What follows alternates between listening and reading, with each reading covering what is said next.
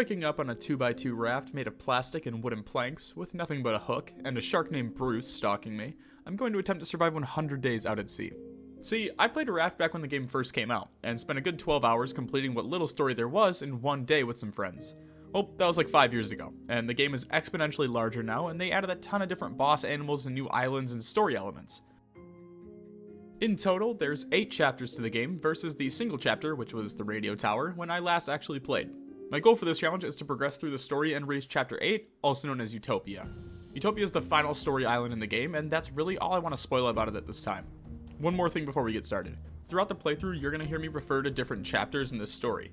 Doing some research, I found conflicting reports between 3 chapters with several locations per chapter, or 8 chapters, effectively meaning each location is its own chapter.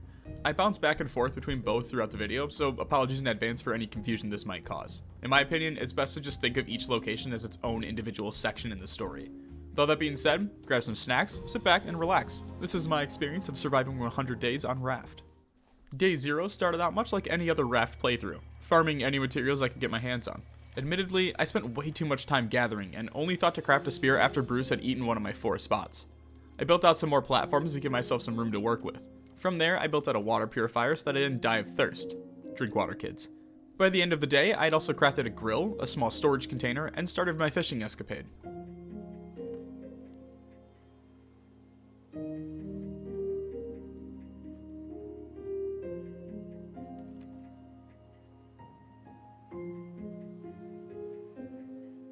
In the morning of day 1, I discovered turtles.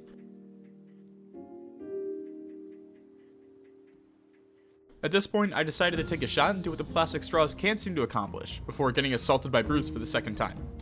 I did start to build out the main portion of my raft, though I'll need more resources to get this done. This will end up being a long-term process.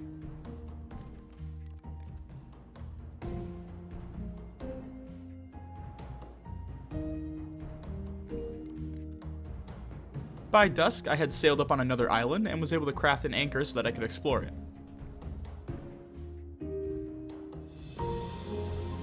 Using the materials looted from the island, I was able to craft a research bench on the morning of day 2 and spam learn all my eligible recipes.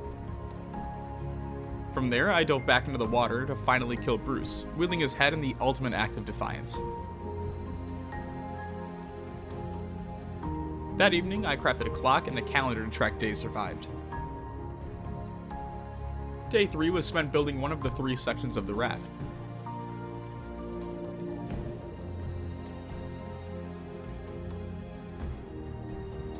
I'll need to armor the perimeter pieces up eventually, but for now, this'll do. Around nightfall, I came across a pretty large island and began exploring when I found what I think is an alpaca and a goat. Thankfully, my staff team is comprised of a bunch of dicks who let me chase them around for a solid minute before informing me that I can't in fact kill these things with a spear.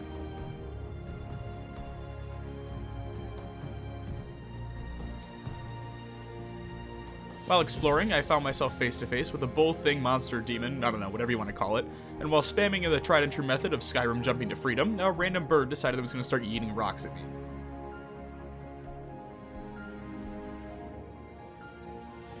I figured I needed some type of weapon to deal with them, so I headed back and researched a ton of items. I don't have the materials to build a bow at this point, so I spent the rest of the day scrounging the items around the island floor. While on the island floor, however, I ran into the thing from Finding Nemo. In all reality, these pufferfish are not too dangerous. You can actually just stay away from them, and once we craft a bow, you can actually fire the bow underwater. Don't ask me how that works, it just does. But yeah, these things are really underrated, and they drop a really nice item that we're going to use a ton later on. On day 5, I killed Bruce once again and detached my anchor, floating away into nothingness. In all reality, day 5 was much like most of the other days so far. It was just spent really floating around the ocean, gathering any materials that my raft came across. There's not too much we can do right now since I don't have the ability to steer, and really a lot of this early section is just grinding. Day 6 was spent building out this circular section of the raft. The goal here is to turn this into a massive storage area where I can handle all of my crafting and smelting and all that fun stuff. Day 7 saw me spamming a paddle to reach another island before nightfall. From there, I spent a good majority of the night taking care of my hunger and thirst. The island itself didn't have much to offer aside from some trees. I actually spent most of the time farming all the materials under the island. Call it awareness or just sheer stupidity, but eventually I found myself too far away from safety, and after breaking my final spear, Bruce finally got the better of me, causing me to sacrifice 2/3 of my inventory into the ocean. I was able to get my revenge, however, when Bruce tried to eat some of my raft without respecting my authority.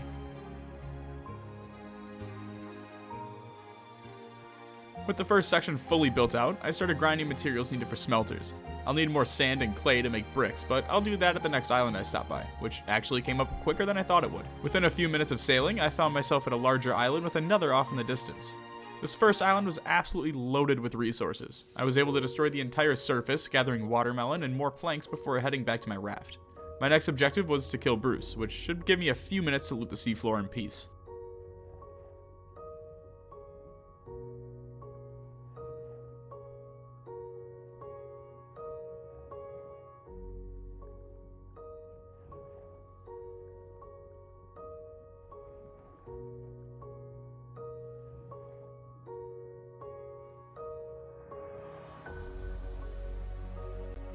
By the morning of day 10, Bruce had respawned and I'd broken 2 hooks trying to scoop up all of the resources. Taking a quick break from scavenging, I crafted 2 more cheap hooks and laid out 5 wet bricks that could bake while I spent more time underwater.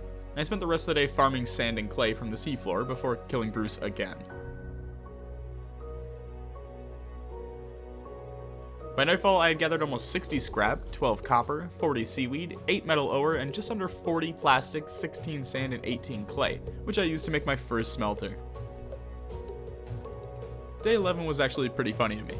You know that second island right next to me? Well, I made my way over there only to discover that it was the exact same island from day 3. This time, however, I have much better gear, or at least will have much better gear. I built out another smelter and got to work researching new tools.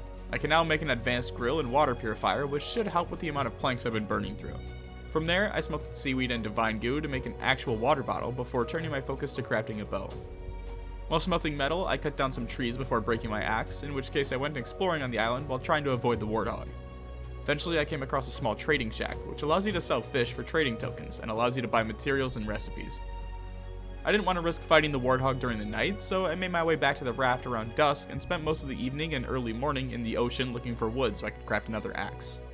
While cutting down trees on the morning of day 12, I accidentally triggered the warthog, but found out that it's actually pretty easy to fight. All you need to do is lure it next to the water. It'll wind up and charge at you, but get stuck just outside of the water, so you can hit it and then back up. I did this until my wooden spear broke, in which case I headed back to the raft to craft a metal spear, thus ditching my efforts of building a bow in the process. Equipped with cheesy tactics and my new spear, I took down the warthog quite easily, which gave me some leather, raw meat, and a new piece for a furry costume. My first order of business after killing the warthog was to get back to destroying the entire island's ecosystem by chopping down any trees I could hit with my axe. As the sun set on day 12, I killed Bruce again and began scavenging the seafloor to gather anything of value. The next morning, I crafted a scrap hook and removed the anchor, beginning the process of moving on to the next island. At this point, I recognized that we've basically just been farming materials for the last 2 weeks. A lot of that is simply just because the raft design I'm going for requires a ton of wood and plastic, which has significantly hindered my progress so far. The cool thing about this, however, is that once we're finally set up, we'll be able to burn through at least the first 3 chapters incredibly fast. It seems like the best way to just grind out the rest of the raft is to just keep sailing, so I did that. Spending all of days 13, 14, and 15 running back and forth from each end of the ship, grabbing any plastic and wood that I could get my hands on, before finally wrapping up the second section of the raft on day 15. Now that I have the second section to work with, I began making plans to turn it into more of a command center. This would be where I build out the radio communication stuff and move the research bench to. Basically anything that I could use to advance the story would be placed in this sphere, while the other ball would be meant for more storage and crafting. There's a lot I'd like to accomplish with this raft, such as adding armor to the edges and nets to the perimeter to pacify farm items, but that'll come as we continue the journey. The main focus of day 16 was organization. I finally built out these 2 larger grills and the 2 solar water purifiers to take care of my hunger and thirst issues seemingly for good. I removed the original water purifier since I had no need for it, and kept the 2 smaller grills just in case I needed to use them in the future. While building out all of this, I noticed an island in the distance with a giant flag on top, so I grabbed my paddle and made my way over to it. The flag was a little disheartening, just saying "help" in all caps, right next to a shipwreck.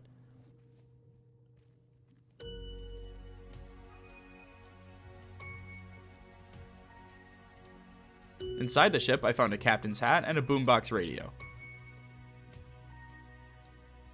Traversing the rest of Gilligan's Island, I found a pineapple and some dirt, but not much else. Back on the raft to end the day, I built out 3 more storage crates and began organizing each item into its own designated crate. Day 17 was spent looting the sea floor before killing Bruce again. At this point, I noticed another island in the distance and made the decision to try swimming there while Bruce was on a cooldown timer.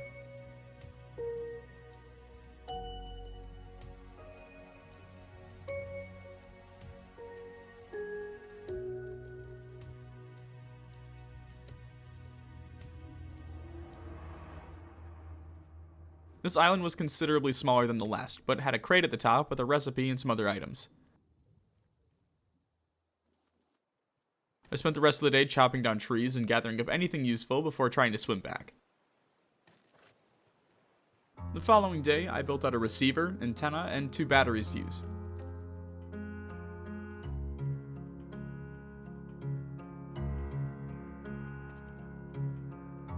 When I turned it on, I received a message saying higher altitude required, meaning I'll need to build up instead of out.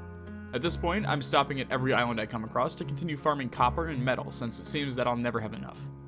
I built out some more tools and spent the rest of the day swimming around and killing Bruce again.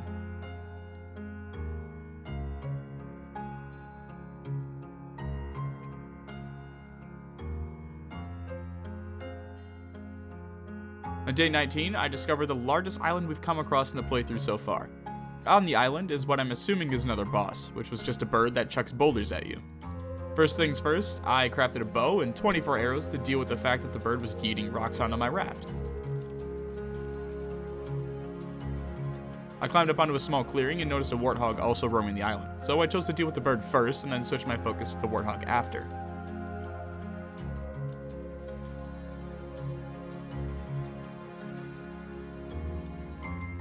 Of course, as soon as I make it back to my raft to start healing up, I get 360 no-scope by this thing and causing me to lose 2/3 of my inventory yet again.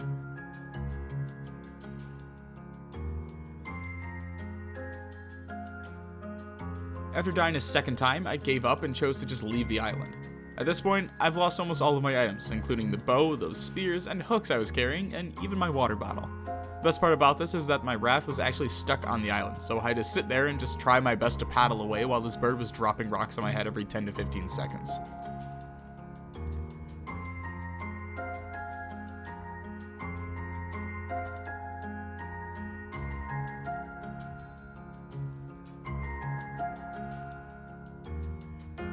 Right as I was about to leave, I grew a pair and decided to craft and drop another anchor. I'd go in only equipped with a spear and take out the warthog. From there, I'd see what I could loot from the island and be on my way. While searching for planks in the ocean, I was able to kill Bruce and find an underwater entrance to the island.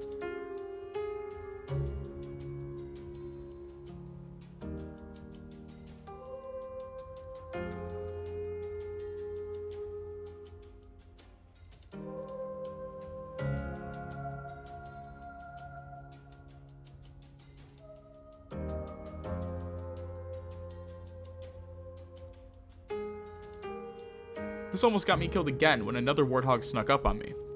Eventually, I was able to craft an axe as well and set off for the island. I only needed one more plank to build out a scrap hook, so I brought along enough parts for me to build that out as soon as I found another tree to chop down. And Warthog 1 went down pretty easily, allowing me to find another trading outpost and loot some of the island to craft a scrap hook. Warthog number 2, on the other hand, gave me a little trouble, but I was able to take it out after finding a pool of water.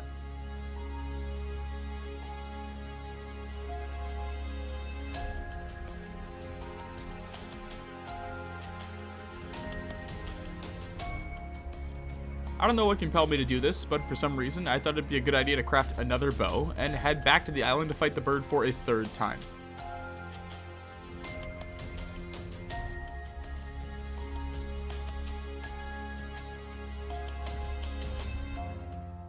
The fight was pretty gritty, but after I got the shots down, it became a rinse and repeat cycle of shooting and dodging until finally, on my second to last arrow,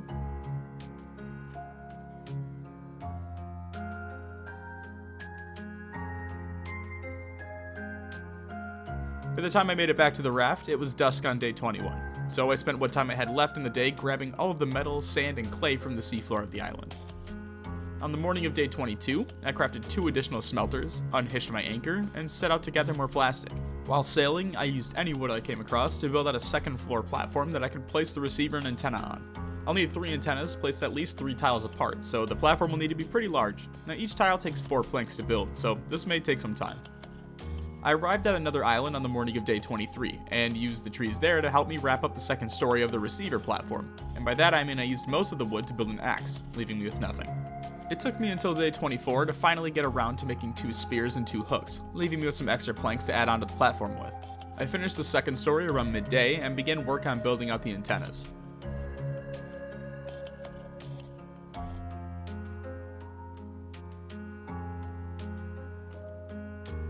Now that that's all taken care of, we just need some sails and we can start making our way through the story.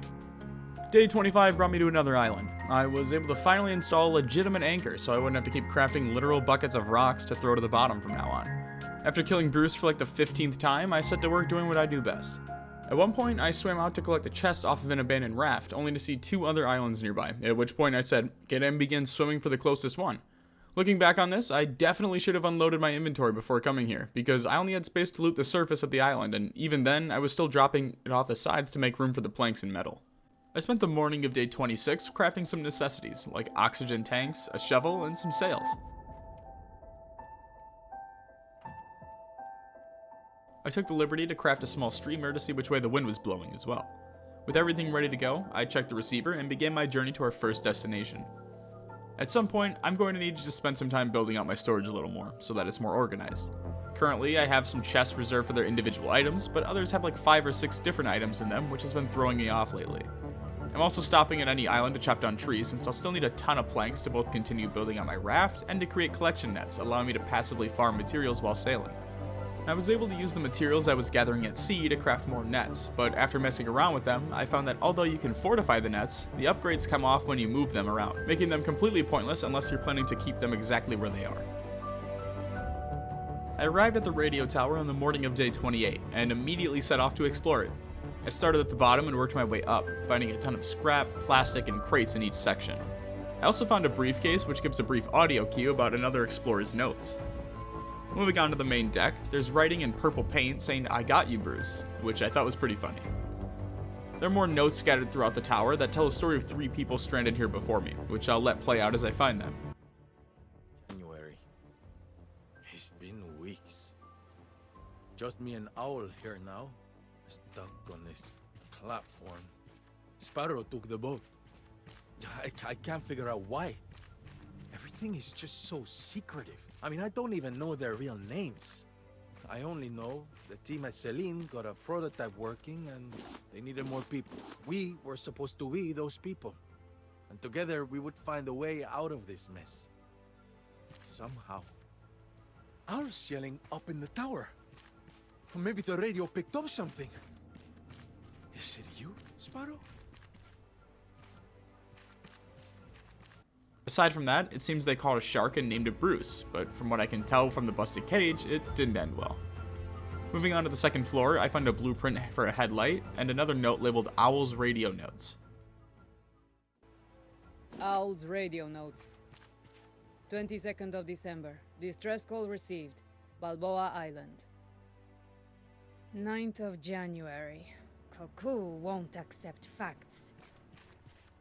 2nd of February. Gunshots in the distance. Tangaroa City. 14th of February. Sparrows come. At Celine. 6th of March. Another distress call. Varuna Point. Missing child. 16th of April. Rafters dreaming of Utopia. Foolish hope. Testing out my newfound parkour elements to reach the 3rd floor, we find another note showing us the slow decline of 2 of the survivors as they struggle with starvation.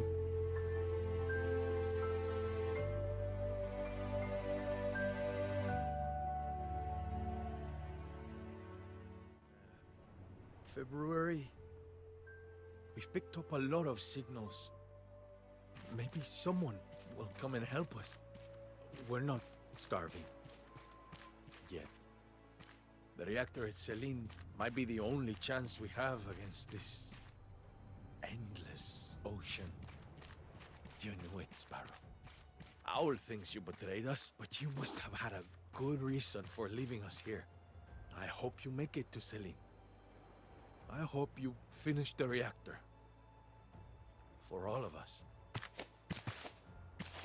After finally reaching the top of the tower, we find Tala, which unlocks her as a playable character. There's also a sticky note labeled People that gives us coordinates to a new location that I'm not even going to attempt to pronounce.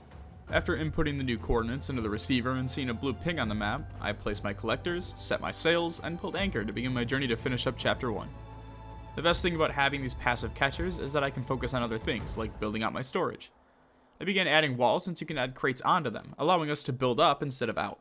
That being said, I want each wall to have its own items, so I'll still need to build out at least a little in order to get the important items into their own chests. By late afternoon, I came up on a familiar large island and chose to dock here for the night. As I was looting the island, I noticed how quiet it was. Almost too quiet. Not this thing again. I was really hoping for warthogs, but looks like we'll have to suffer some more. After crafting some metal arrows on the raft, I set back out during the night to take on my biggest nemesis of this entire playthrough.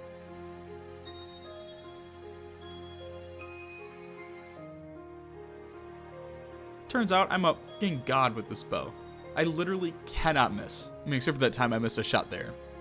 And there. And there. But that's not the point. The point is that I shot this fucking thing out of the sky like when those dudes shot that dragon down in Game of Thrones. Well, actually, I shot it while I was on the ground, but the point still stands. As the sun rose on day 30, I killed the chicken. See, I didn't know this at the time, but killing a chicken does literally nothing. They're meant to be kept as pets and can lay eggs. Whoops. Anyway, back to pillaging the island. As I reached the peak, I found a goat and spent some time launching arrows into it. Couple things here. One, this thing has the genes of Jonathan Taylor the way it was juking me out. I'm not gonna lie, there were several times this goat put me on absolute skates, borderline tearing my ACL trying to keep up with it. Two, this goat just ate damage. I hit it with like 15 arrows and it was still hopping around like nothing happened. After finally killing it, I had the same come to Jesus moment that I did with the chicken, as this also was not meant to be killed. I really need to cool it with the bow rampage for a bit.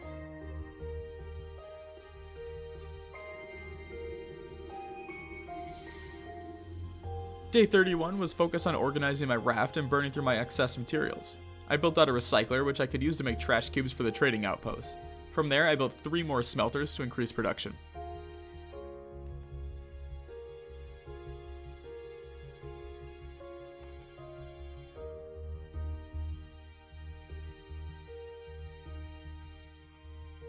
After that was wrapped up, I grabbed around 80 planks and plastic and built a long hallway that would lead to my third and final section of the raft. At this point, the raft is getting too big for me to protect, and the shark is just slowly picking away at it. To shark-proof it, I'll need to reinforce the entire lower level, at least the perimeter, which is going to be expensive. I was able to reinforce a few sections of the ship, but this would very much have to be something done over the course of my journey, since it relies so heavily on metal.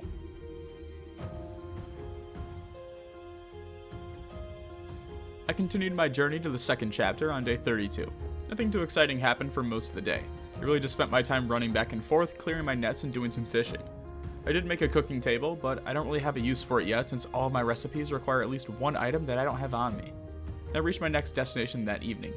Turns out, this was less of an island and more of an abandoned cruise ship.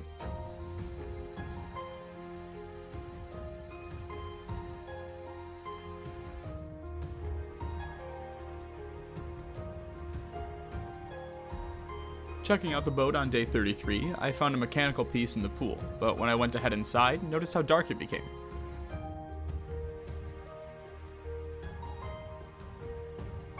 Because of this, I went back to the raft and crafted some additional tools, using the headlight recipe I recovered from the radio tower. Well, that was the plan, until I spent like 10 minutes staring at the crafting menu, unable to find the headlight. I don't know how, but I must have dropped the blueprint before using it to actually unlock the ability to craft it. Guess we're going in the dark. Heading inside on the second floor, I found another mechanical part on the stage, as well as some bullets and a note written by Olaf. As I've suspected, the crew is completely incompetent. Now they're claiming rats have eaten half of our supplies in a matter of weeks. I promised them increased rations if they could bring me one of these ridiculous lurkers alive. Of course, the food shortage will need to be handled. Tonight we're discussing which staff members are most suitable for termination. I couldn't find another way through here, so I headed back to the boat and entered in through one of the rooms there.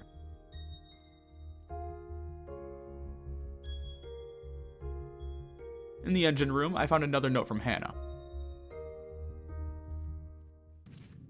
I heard from the captain we're heading for one of the high-rises down south. I can only hope you come to your senses and follow us. You knew the city was a failure, Ruben. Why do you always have to be so stubborn? Mixed in with all the scrap, I also found a crowbar and a recorder. I used the crowbar almost immediately to pry open a door and continued on inside where I found my first lurker. These are basically those giant rats from RuneScape. They deal some small damage and drop meat when they die, making them farmable if you hated yourself enough to suffer through that. Inside this room was a locker that requires a bolt cutter. Further down the hall is a door that requires a blue key. I don't have either of these, so I just kept pressing deeper into the ship. Eventually I stumbled upon the bathroom, which had the red key inside.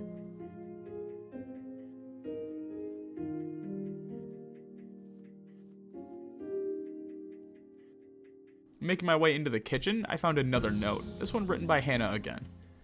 This journey. Olof left space for a dance floor, but no space for supplies. The bottles sure found their way to the bar. As a military man, I thought Olof would at the very least be practical. Yet they're all treating it like a luxury cruise. I'm sorry, Ruben. I shouldn't have left. Continuing on, I found a crafting room with 2 benches. One requires 5 metal parts and the other requires electrical wires, a lighter, a gas tank, and a bullet. I only have the bullet for now, so we'll have to keep exploring and come back. Other than that, I found the bolt cutters in here, along with another note from Hannah. I saw a large rat last night. Unnervingly large. I tried telling the crew we obviously have an infestation among the lockdown supplies. They laughed at me. I miss you, Ruben.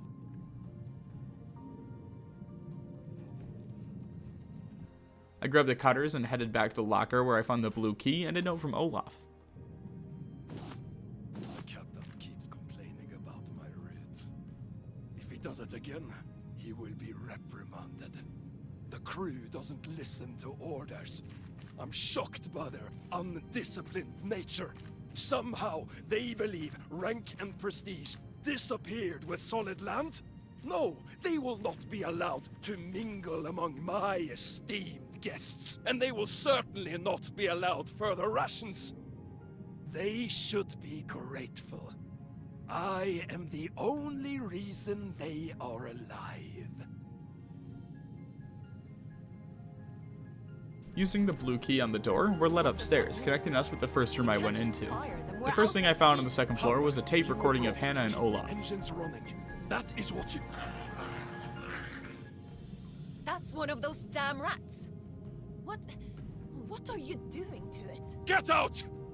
Do your job. What seems to have happened was Olaf went nuts and was caught by Hannah feeding the fired crew members to the rats.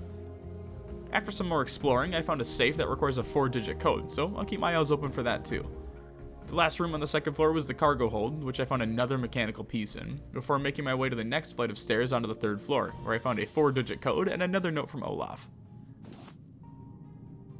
These lurkers have potential. They were clearly once rats, now grown into something much more rabid, yet also smarter. I've already made progress on their training. With food and pain as incentives, I can discipline them. And by sharing their blood, the mutations increase. I wonder if another species would react the same. I've received a transmission from a place called Caravan Town, not far from here. They have an active animal population. No longer do I need this makeshift crew. I will create true soldiers. Loyal soldiers. At this point, I had filled my inventory, so I chose to head back to drop everything off before continuing my exploration, since there's still quite a few levels to go. Heading back into the ship, I made my way over to the safe where I found the wires and another note from the captain and Olaf. Rockstrom, it's urgent! There's mist now! We don't know how far the water's risen! The maps are useless! We need to— The crew are planning a mutiny, Captain. It is time to act. A mutiny? They're just trying to stay alive! Are you mad? I gave you a chance to live. Now we have to protect ourselves from the masses. We will use the lurkers to our advantage. Moving on to the 4th floor, I found a key card, although I don't remember what door to use it on, so we'll need to do some more exploring. On floor 5, I found a crate and a locked door that I needed the green card to get into. Unfortunately, there's no one to marry here to obtain one, so we'll need to keep that in the back of our minds for now and see if we can find one higher up.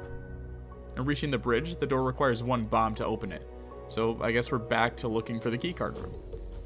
I also have enough parts to build whatever I need at that mechanical parts bench, so I began making my way back to the ship when I found the keycard door on the 3rd floor. The only thing in here was the green card, so I scooped that up and made my way back to the 5th floor.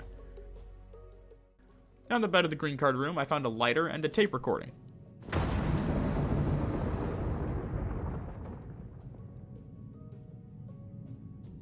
Get to the lifeboats! Hurry! Olaf, you coward! Watch out!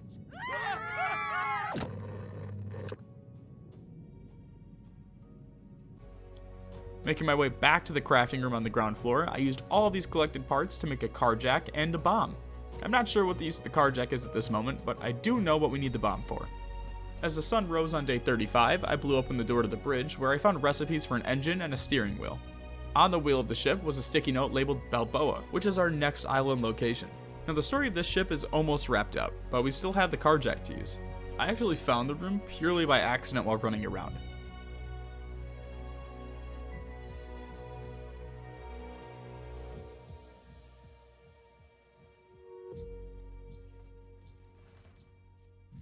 There's an object blocking a door, and when you enter it, you find a note with a narrative voiceover.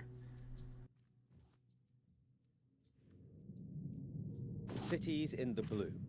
Calling the cost of the project's realization borderline criminal and its scope outrageous at least. Despite vocal opposition, the Floating Cities project does not appear to be slowing down anytime soon. According to former General Olaf Wilkstrom's latest statement on the issue, we are fully aware of the strain this puts on our people. Nevertheless, our options are becoming increasingly limited. We must pull through this together, or join Stockholm beneath the waves. Wilkstrom refused to comment on the rumors regarding the modification of his personal yacht. When further asked about the Floating City project's whistleblowers, Olaf Wilkstrom chose to terminate the interview. Reaching out to these anonymous sources, we were able to further corroborate his story. With the yacht story wrapped up, we had the coordinates to our next location ready to go. Before inputting them into the receiver, however, I took some time to craft 5 more chests and scavenge the underwater area for the remainder of the day. On the morning of day 36, I set off for Balboa. We don't have enough metal to craft an engine yet, so we'll have to make do with the sails for now. Unfortunately, that means if the wind is moving in another direction, you're basically just stuck until it changes. Because of this, I spent almost the entire day fishing. Oh, I also built out more of the hallway, but I decided to stop building for now so that I can fully reinforce the exterior.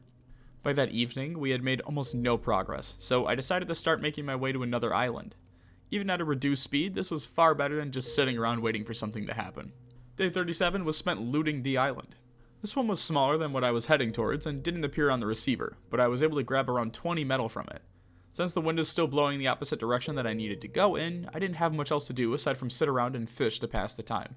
I wanted to try out a new fish stew recipe, but had an embarrassing fail when I went to open a crate to grab the recipe and accidentally placed the required fish onto a grill. The wind impairment continued into day 38, in which I just gave up and set out for a green dot while I waited for the wind to change. I crafted another sail to potentially speed up time, but progress was still painstakingly slow.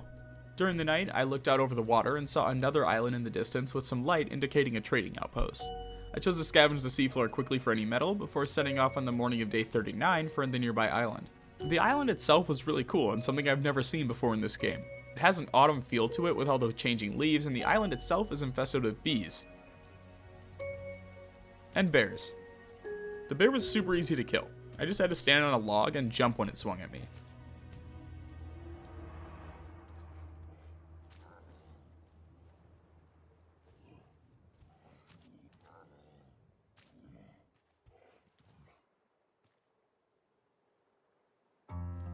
Day 40 was a step in the right direction, and by that I mean for the first time in several days we were making progress towards Balboa. To pass the time, I crafted a juicer and spent some time creating delicious smoothies and steak dinners.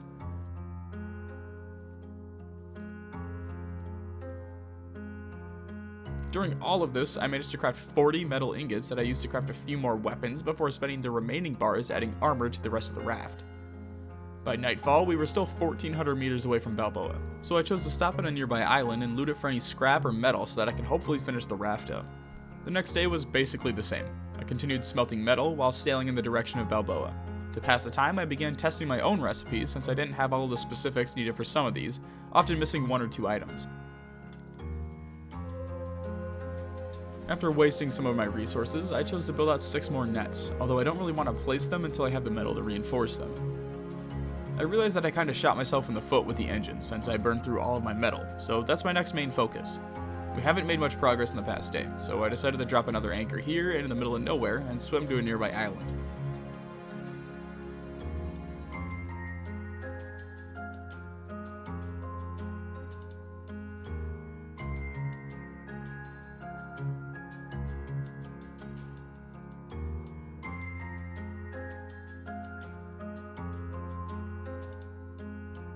I was able to swim away from the island with just under 20 metal, which was still more than enough to craft an engine. I found a massive island on day 43, however, so after placing 2 more engines, I changed my course to go farm more materials so that I could hopefully finish my raft here.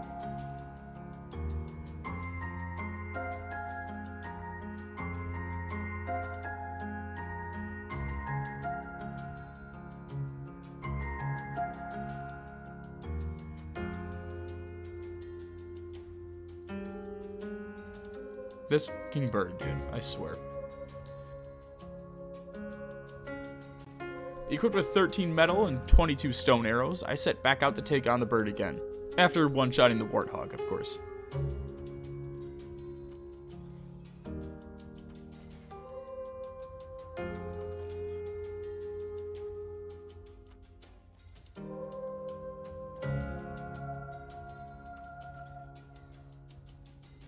After killing the bird, I noticed a nasty storm brewing above me.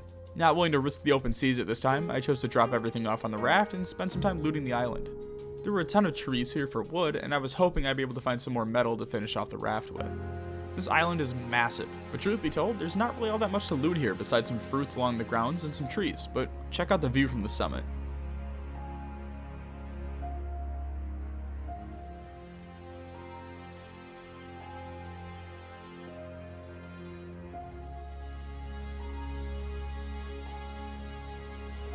I set out for Balboa on the morning of day 46 for real this time.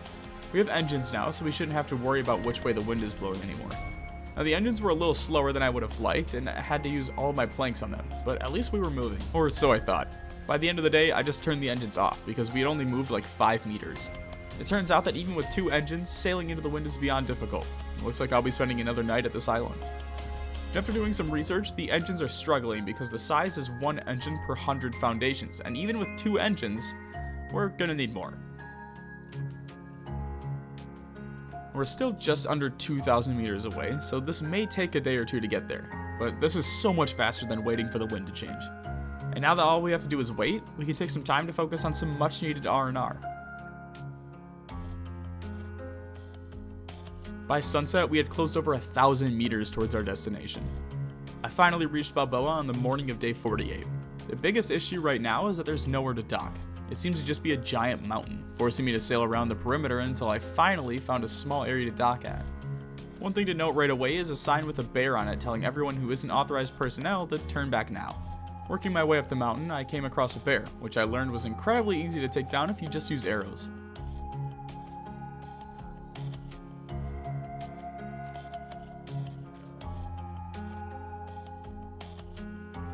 At one point, I came across a couch with a sign next to it saying Rosa is mostly right, except for when Diana says otherwise. Lydia makes rules unless number 2. Stumbling into a crossroads, I found a sign with 3 relay stations listed and a ranger station. I chose to start with the ranger station since one of the relays was station 6, and I think it'd be smartest if I just start at number 1 and work my way up. On my way to the ranger station, I found a locker just out in the open. I opened it to find Bruno's saw, which also triggered another bear attack.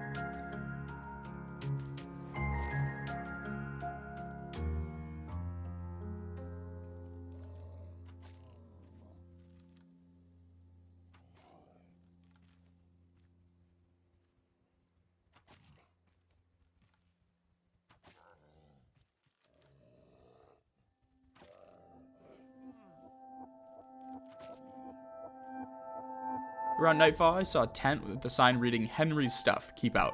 Now remember this for later. This is not the last time we'll hear about Henry. Eventually, I wound up finding a pool of radioactive water. The only way through is to hop from object to object and hope you don't fall in and develop superpowers.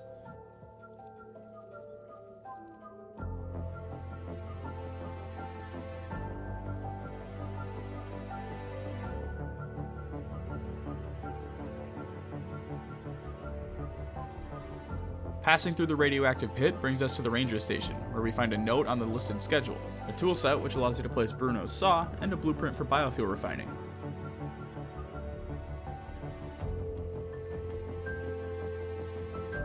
Since I was right next to it, I hit up relay station number 2. Unfortunately, this isn't like Dying Light, and you have to actually walk up the stairs instead of parkouring your way up. Inside the station, you can hit a switch that turns the station active again, displaying a prompt on one of the monitors telling you how many are currently active. There's also a note here from Bruno. 3 months ago, my sister Astrid and I were put in charge of the ranger station on Balboa.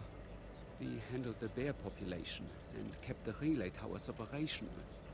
The next shift was meant to start weeks back, but the replacements never showed up. Henry suggested that I start writing things down after Astrid disappeared, so that I'm not feeling so lonely anymore.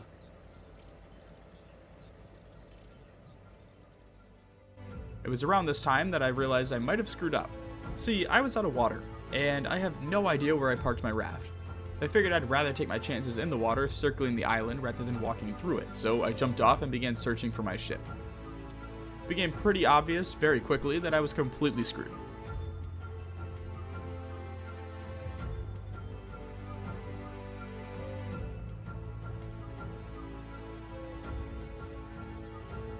After saying goodbye to 2/3 of my stuff, I crafted another water bottle and filled both up, grabbing my watermelons, and then spent the rest of the day making a ton of food to bring back onto the island with me.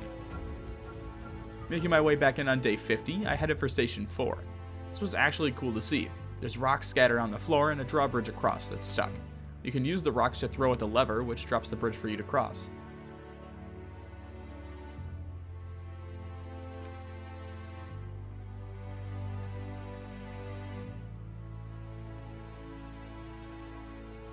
Stepping onto Station 4, you can find another note from Bruno. The kids are fighting. Oh, Astrid would have known how to make them stop. I found her wrench out by the clearing. I've been calling out on the radio. Please, I just want to talk, sis. Miranda is screaming outside. I hope her and Henry make up soon. His hammer, which is next to the monitor. A blueprint for a fuel pipe, and a note that contains a map of Balboa Island.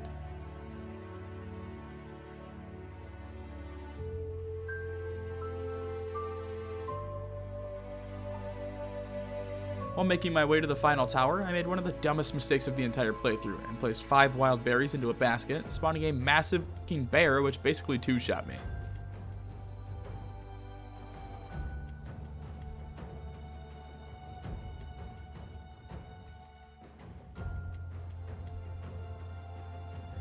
Having lost all of that food I just made and most of my gear, I was fucking furious. So much time and effort just completely wasted because I placed fucking berries into a bin. After reading up on the Mama Bear lore, I learned that it would take around 50 metal arrows to kill her. Well, I don't have 50 metal arrows. I don't even have 50 stone arrows. I do, however, have half a spear and 38 stone arrows. So let's give it a shot. There seems to be a barrier here that the bear refuses to cross, so I started out by launching arrows at it and then running up to this peak when it got too close. The biggest issue here is I'm burning through arrows. We know it can take around 50 metal arrows, and I only have 38 stone. Realistically, I only have 30 stone arrows since I'm going to miss a few of these. So what I ended up doing was launching one arrow to hit it, then stabbing it with the spear before jumping onto the ledge. Except apparently that doesn't work, and it'll bypass that ledge if you use the spear for some reason.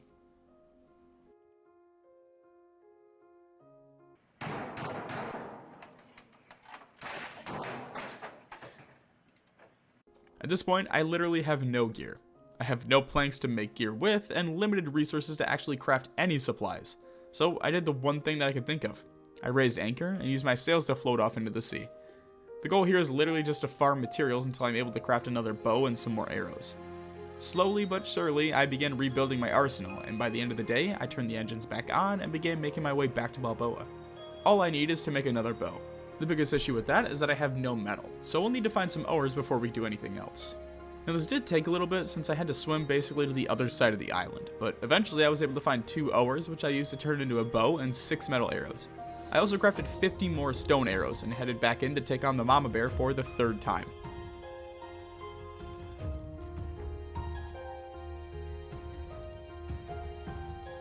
Until I got distracted by a bell chiming that led me to another bear. I found the bell on a bike against a tree with a carving in it that says, "Took chain, sorry, H." After reaching the bear again, I set up for my strategy and got to work.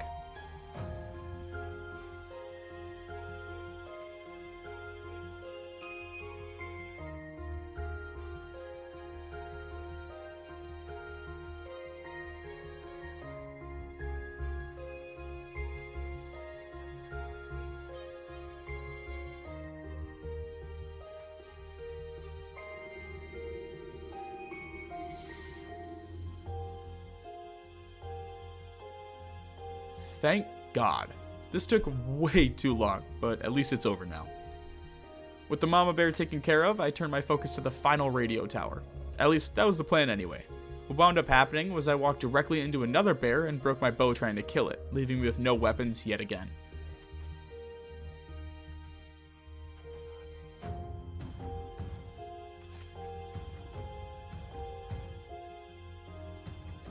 Going on almost a week here, I wanted to wrap up Balboa today, so I set off for Station 6 this morning. Making my way up the path, I found a tunnel I needed access to was blocked and that I needed an item to break my way in. I did some research and found that the blueprint for a machete can be found in the mama bear's den, so after grabbing that, I headed back to the entrance to Station 6.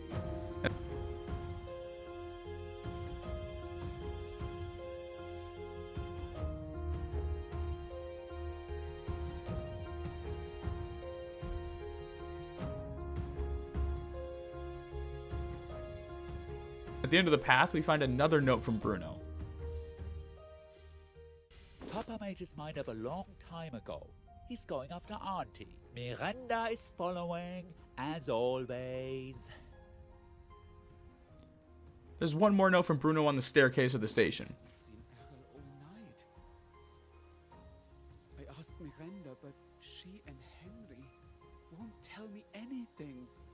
Oh, they're hiding something. Did they figure out there's only space for 2 of them on the boat? I've decided. I leave the triplets in charge of the remaining relay stations. Bobby will take care of the bears. Yes, it's for the best. So many memories of this place. We'll find you, sis. I promise.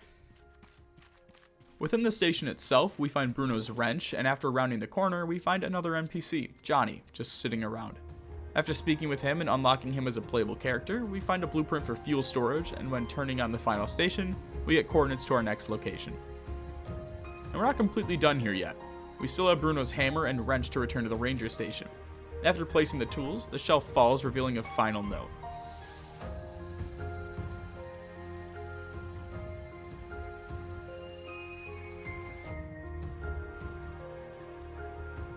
After getting back to the raft, I noticed the wind was pulling away from the island, so to conserve some planks for now, I let the sails begin to pull.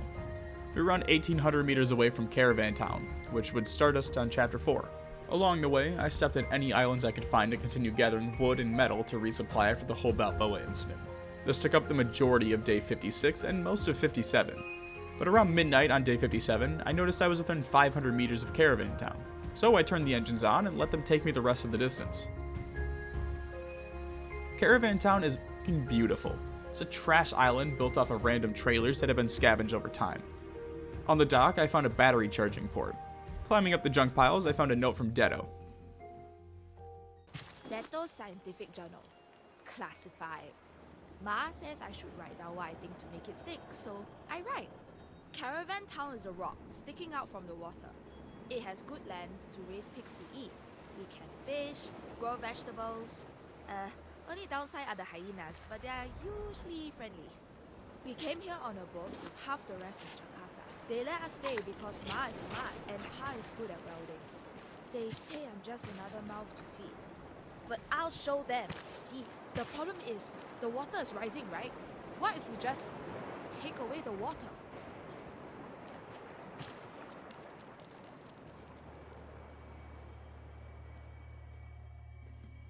There were also these water pipes here that you have to match up, and admittedly, I spent way too much time on them.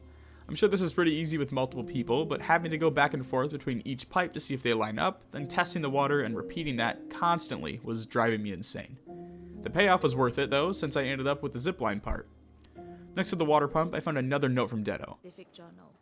Top secret. Sanjay says the water pump idea doesn't work because there isn't enough space in the well for all the water. Also, the neighbors complain about getting salt in their cups. They complain because they have no patience for science. I asked Pa why we can't fly to another planet without all this water. Pa just laughed. But Sanjay showed me some pictures that gave me a great idea though. Good man, Sanjay. Further along, I found another set of battery charger cables before finding yet another note from Detto. Detto's adventure journal. Pa says we have to go. Ma is getting sicker, and I heard that strange man Olaf shouting orders. I saw them rounding up all the hyenas in cages. Sanjay is helping separate the rafts from the rocks. I asked Dr. Henrik about Ma. He looks sick too. Told me to avoid the pigs. And Olaf. Sanjay says he's scared. Smart man, Sanjay. Eventually, I ended up in this strange room where I found a note from a familiar voice. 17th of May. 5th draft. Why do you think I, Olof Wilkström, left that corrupt city? Because they refused to let regular working class folk on board. I was appalled. Why should the elite get to escape the apocalypse? They should be forced to share their luxury. Who should force them? That's right! The greatest rafters in this new southern sea! You!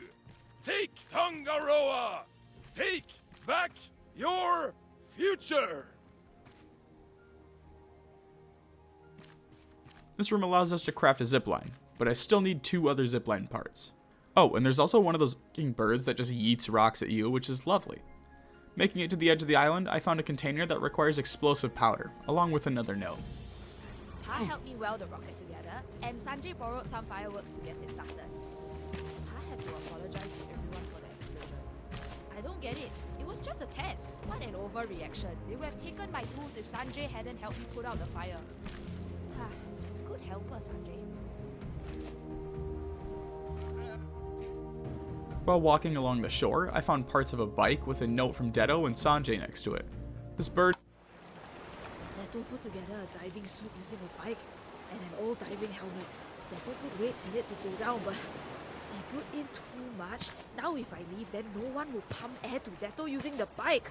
If I'm thrown in jail, this is proof I'm innocent. Detto's scientific journal. Underwater caching. Sanjay ran off crying as soon as they let me out. Very unprofessional. There's lots of debris underwater. I couldn't get anything out though. Pa forbade me from doing any more experiments. I think he's just angry with his mother. Dr. Henry said she'll be okay.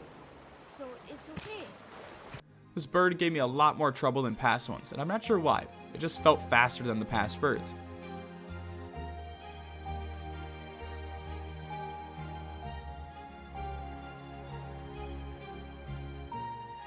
I found myself having to hide in the trailers to regen health before landing a couple shots and repeating the process until eventually I was able to take it down.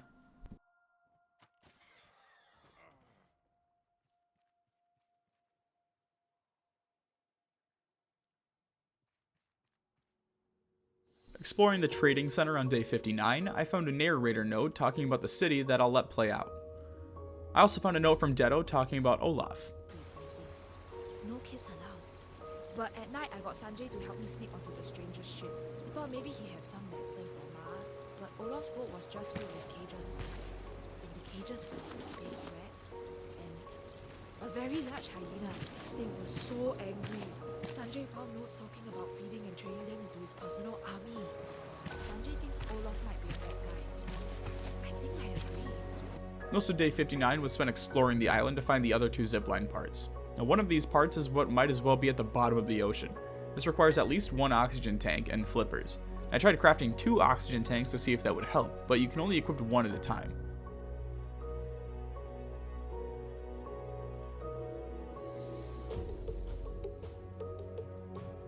After finally making it to the bottom, I looted another zipline part, the key to the infirmary, and a blueprint for a metal detector. For the final piece, we'll need to kill a pufferfish and acquire the explosive goo, which we can use on the rocket we found a few days ago. For some reason, bows work underwater, so that'll be the easiest method.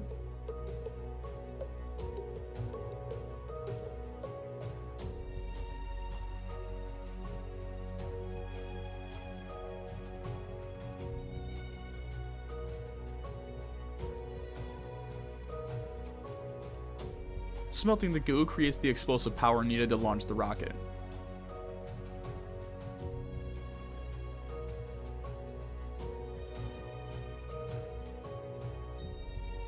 Finding the crashed remains gives us the final zipline piece.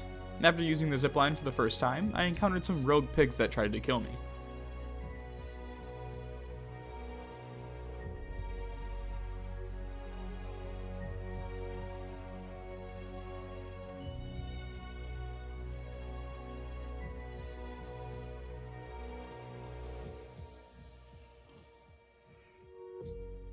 Exploring further, I found a trailer with a note and a key to the mayor's chest. In 3 days, stuck in the shack, sick as a dog.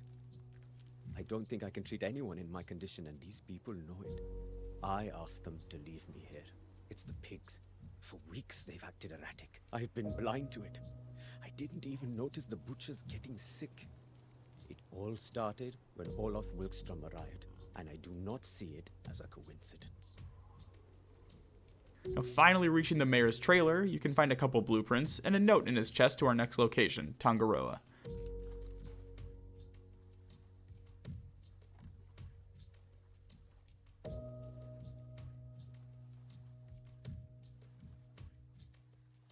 As dusk fell over Caravan Town, I said my goodbyes, input the new coordinates, and set sail for my next location.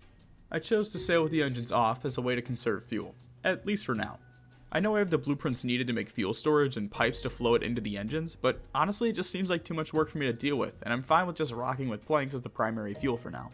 Admittedly, the sails also gave me the time to work on building up the final section of the raft, which I desperately needed to wrap up. I finished the hallway, but didn't want to start on the final section without having the metal to reinforce the edges immediately. The afternoon was spent exploring an island that was pretty similar to the Caravan Island, just a lot smaller. I also finally started using the Wally machine to make trash cubes that I could use to trade at various trading outposts throughout the map. On day 62, I came up on my destination, what appears to be the giant dome from the Simpsons movie. At first glance, it looks to be a floating dome encapsulating skyscrapers and an airport tower. After circling the perimeter, I found what appeared to be an entrance, so I dropped anchor, grabbed some supplies, and made my way to the dome.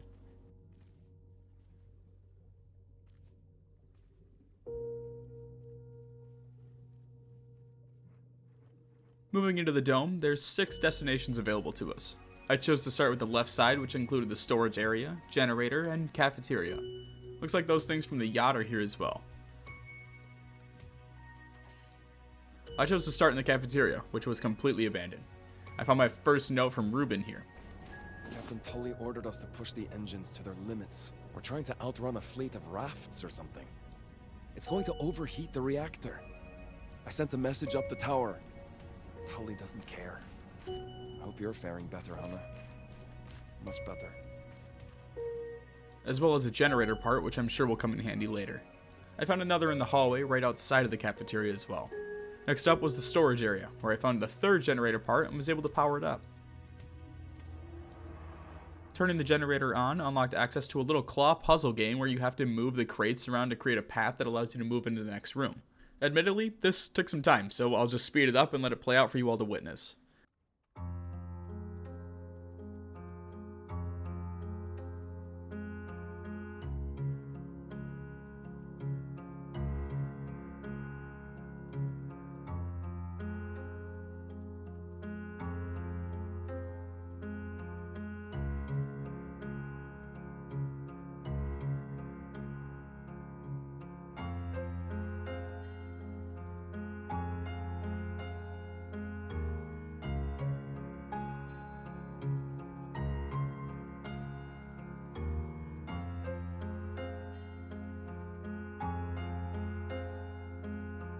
The next room gives us the water pipe blueprint and another note from Ruben. People upstairs are already upset about the extreme rationing. Now we're at the mercy of the waves. And those rafts on the horizon are coming closer by the hour. I'm sealing up the reactor now. I don't care what Captain Tully says. I really could have used you here, Hannah. Accessing the panel above the stairs floods the entire lower section.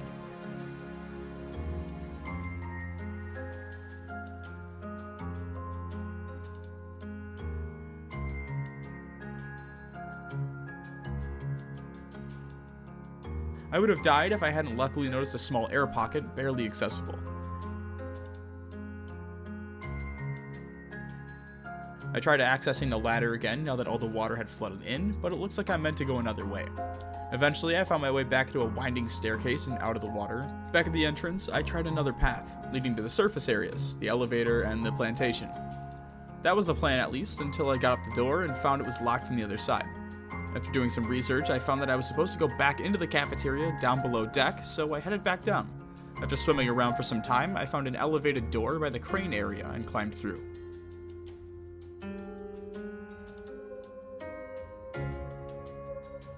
I found another note from Ruben in here. After the captain opened fire on the rafters, a damn riot broke out. Some supported Tully's orders, others really did not. A smaller raft made its way into the water entrance. There was only a kid on board. His parents were sick, I think. Poor boy isn't saying much. Tangaroa's a lost cause. We're getting out of here. Plantation room is another challenge. I had to swim while the electrical pulses were paused and then hope to make it to the safe platforms in time.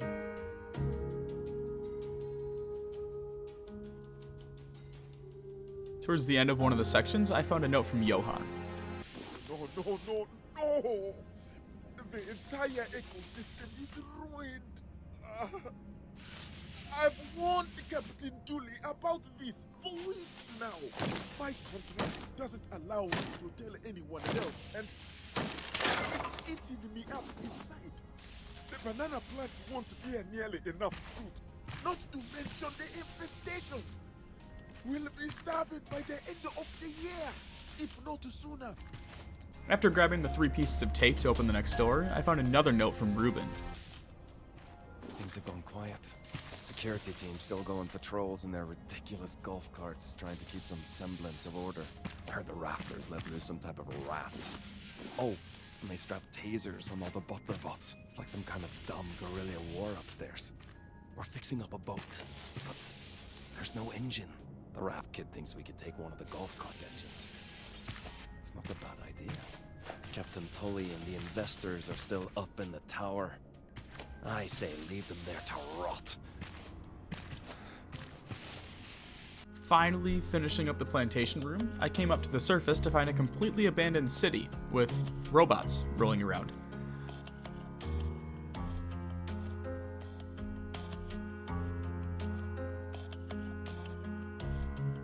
Fortunately, I've seen enough Terminator movies to know these things were bad news. I mean, come on, they have fucking tasers strapped to them.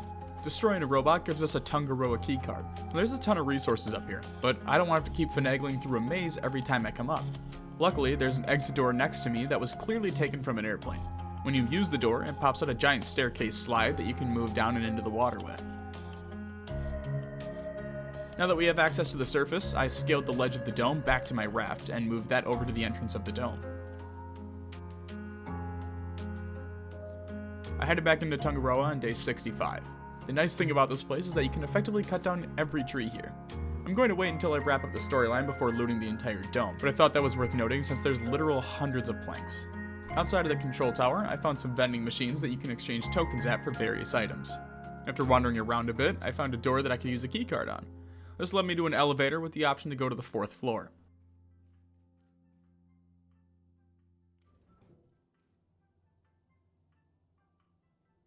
Wasn't really anything worth noting up here aside from a taped off room that I was able to find some actual tape in. With some more searching, I found another building I could access, this time with floors 12 and 14 available. Floor 12 was much larger than floor 4. I found some tape and 2 crates in it, but other than that, no more notes or anything to progress the story. Floor 14 had some lurkers on it, which I thought was strange since they'd have to have taken the elevator up here. I managed to find 3 pieces of tape and some of those tokens up here, but nothing else. The 3rd building had floors 11 and 13 available.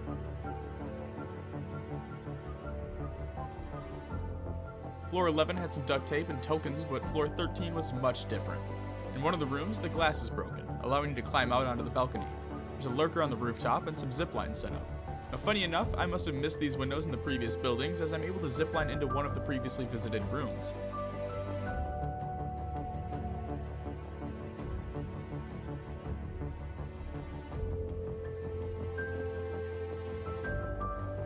Looking towards the tower, I can see a zipline connecting from another building to it, so I set off to find an entrance into that building. Walking up to the entrance, there's a sign on the door that says keycard reader out of order. Please use elevator in plantation area. And that's when it hit me. There was another door down there that I couldn't access because I didn't have any tape. That must be what I can use all of this for now. Now, heading back underground, I used 3 tape to open up the next door, which led to a room with 2 more doors in it. I used another 3 tape to turn those doors on, and used my final 3 tape to turn off the electricity pulsing through the water. The elevator here has 2 doors, one at 0 and one on floor 8. Floor 0 allows us to open the main entrance. Now, floor 8, on the other hand, was absolutely massive. The interior shows a birthday party cut short, and the exterior is a nice lounge area with an outdoor bar. Moving up, there's more broken glass leading us onto the main rooftop with a zip line into a building that will take us to the tower.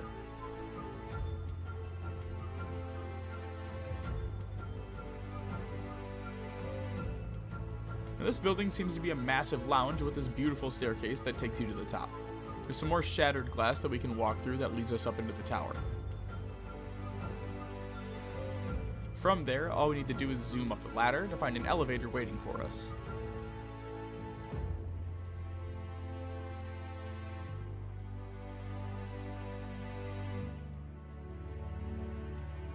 Heading up to the 2nd floor, I found a note that has supplies list and a panel labeled Emergency Bridge Launch. So the note is actually super important here. Turns out it's a clue as to what the code is. Each item on the note is a building in the dome, with a building number assigned to it. Heading down to the ground floor, I found a security note. They haven't done anything hostile. Yes, they're still just chanting. Yes, sir, I am armed. But if I may speak freely, we are able to use the water cannons if...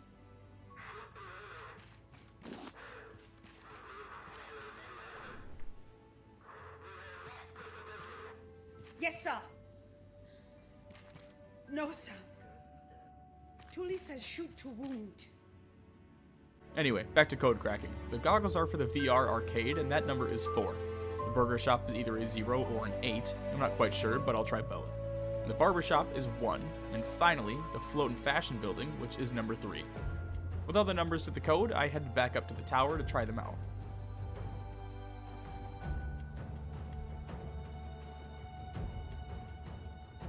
Doing our best North Korea impression, we shot some random junk into the ocean.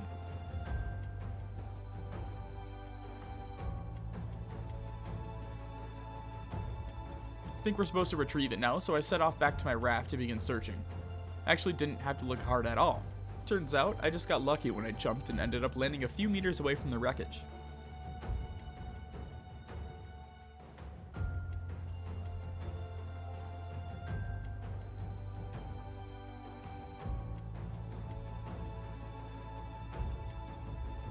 Inside, I found a note with our next location, Varuna Point. Further down, I found a note from Tully. Tully, this is my final message.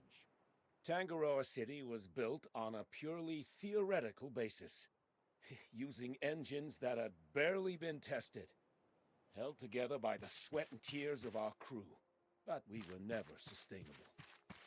I should have accepted that months ago. When the rafters arrived, I could have let them starve with us. But I didn't. The only right choice was to abandon Tangaroa to the waves. Now I will stay here, trapped in the cockpit, with 24 idiots who used to run the world. Don't worry. We'll pay for our sins before the end. Nearby is an NPC named Elaine, who's kind of a raging... Get me out of this thing. Oh, thanks. Next Next time, I would appreciate a heads up before launching. I tried to leave when the first shots were fired. While swimming back to my raft the next morning, I got to witness one of my favorite scenes from this entire playthrough as the sun rose over my raft with the dome to my right. This game is absolutely gorgeous, and I love every second I've spent in it so far. With the coordinates entered and everything prepped, I decided to head back into Tangaroa one last time to loot up the place and spend any of my tokens. Given the amount of trees here, I could probably spend a full in-game a week just chopping everything down, but I've wasted enough time on this place already, so I decided to just spend a day grabbing as much as possible before packing up camp and moving on. After breaking both axes, I hit up the vending machines to purchase the piano and a backpack.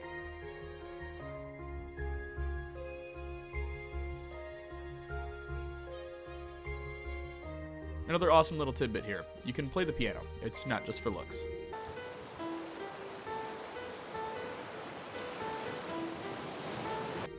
Using the sails to conserve wood, I set out for my next location on the morning of day 69.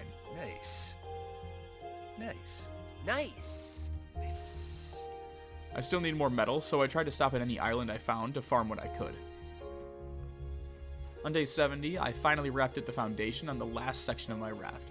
I thought this was cool, but I had exactly enough metal bars to use on the final section, which was incredibly satisfying.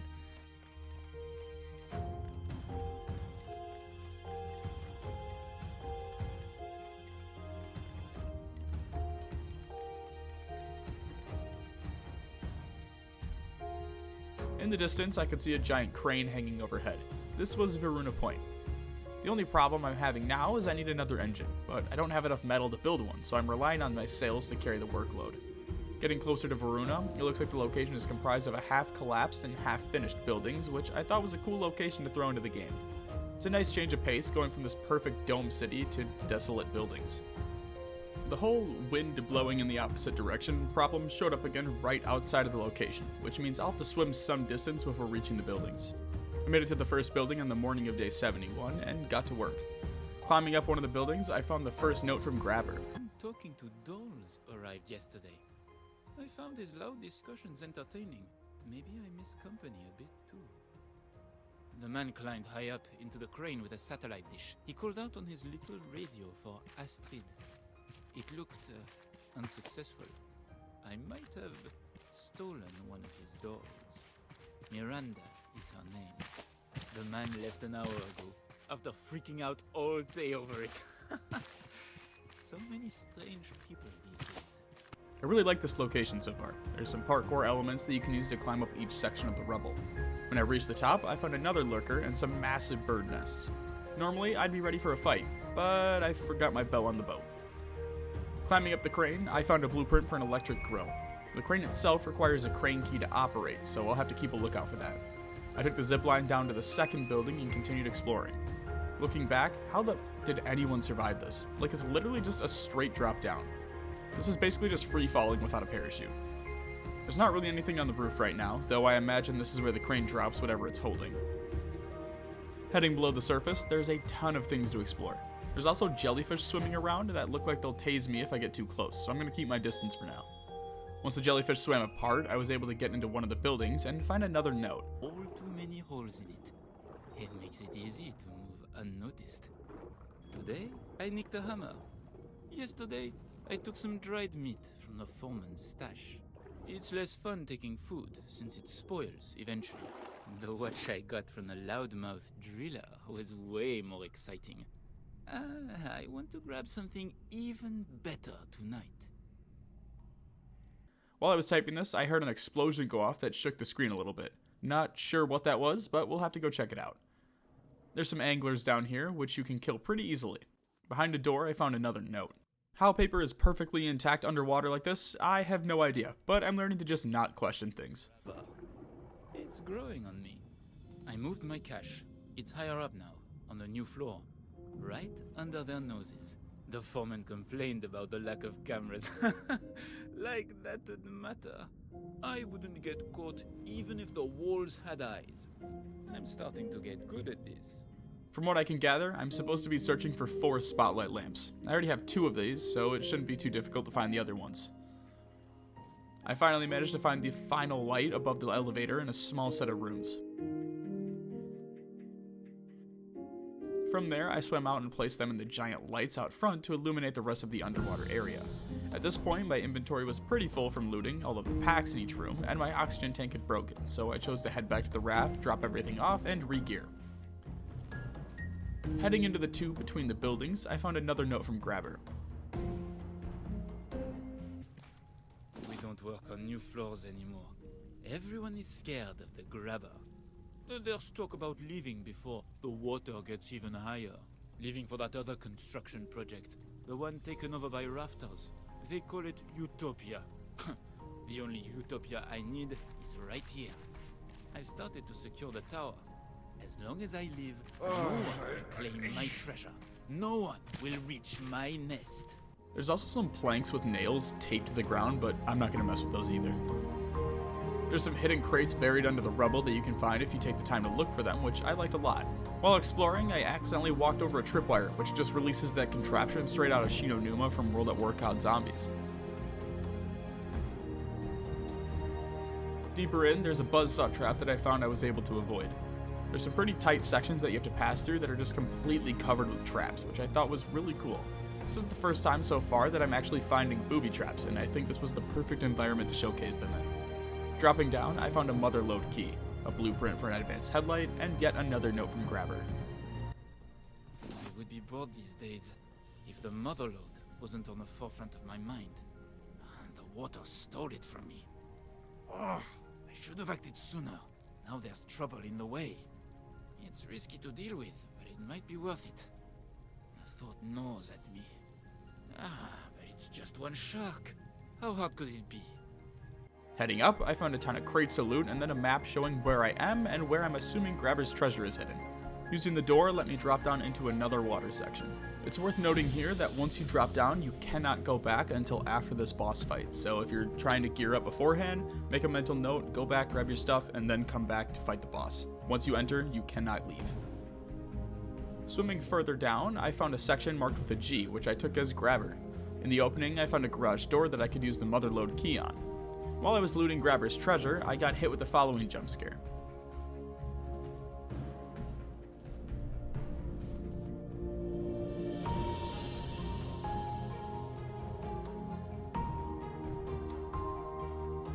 I didn't have fighting jaws on my bingo card for today, but I guess that's what we're doing now.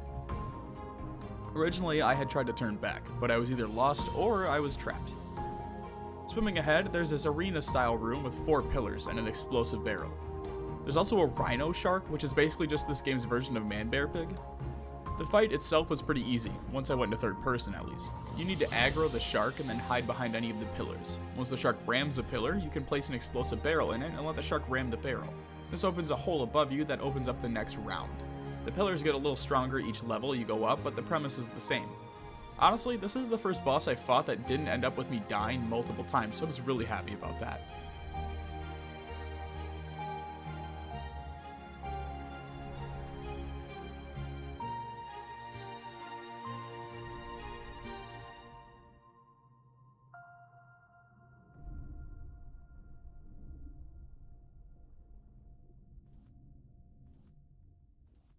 After killing the rhino shark, you can escape through the ceiling, which leads you to an office room where I found a wind turbine blueprint. There's a ladder here that you can climb up that leads you to another pool of water.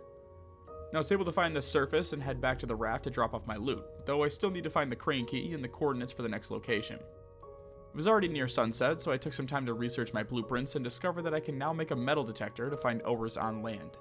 So we'll have to test that out at another island. Outside of that, I spent the rest of the night building out a new engine to finally make them usable.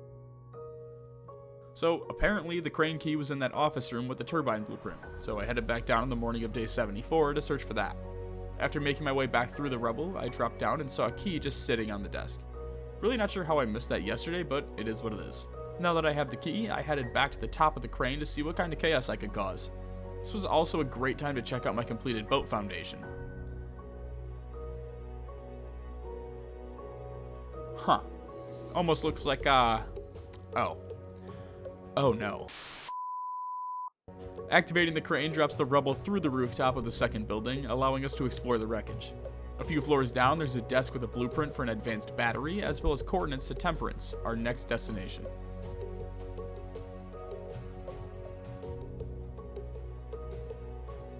made it back to the raft around sunset and input the new coordinates to begin sailing. The sunrise on day 75 revealed a larger island directly in front of me. Normally I'd bypass it at this point, but this one has a trading outpost, and I wanted to try it out now that I have the resources to do so. It looks like the best way to go about this is to purchase simple bait, and then use the bait to catch fish, which I can sell for those trade tokens. Then I can use those tokens to buy better recipes, etc. So I went in with all my trash and spent all the cubes on fishing bait. Instead of looting the area, I chose to just keep moving towards the next island and try out some of the new bait that I recently purchased.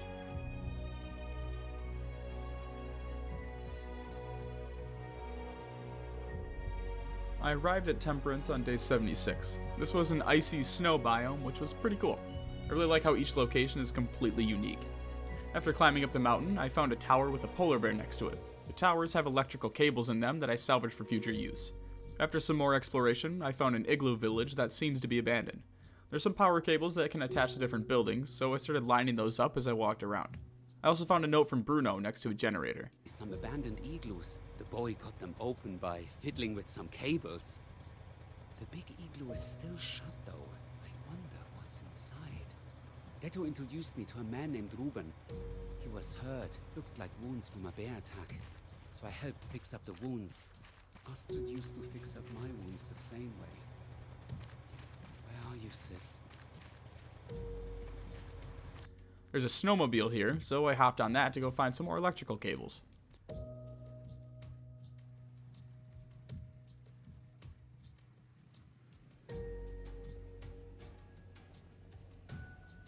While out gathering cables, I found an observatory, so I decided to check it out. As I walked towards it, I fell through the ground and into a cave with an underwater passage. Resurfacing on the other side, I found a vending machine token from the Dome Island next to a ladder leading to the observatory. The room you enter has a ton of lootable packages, while also having a note showing a hook, and another note from Bruno.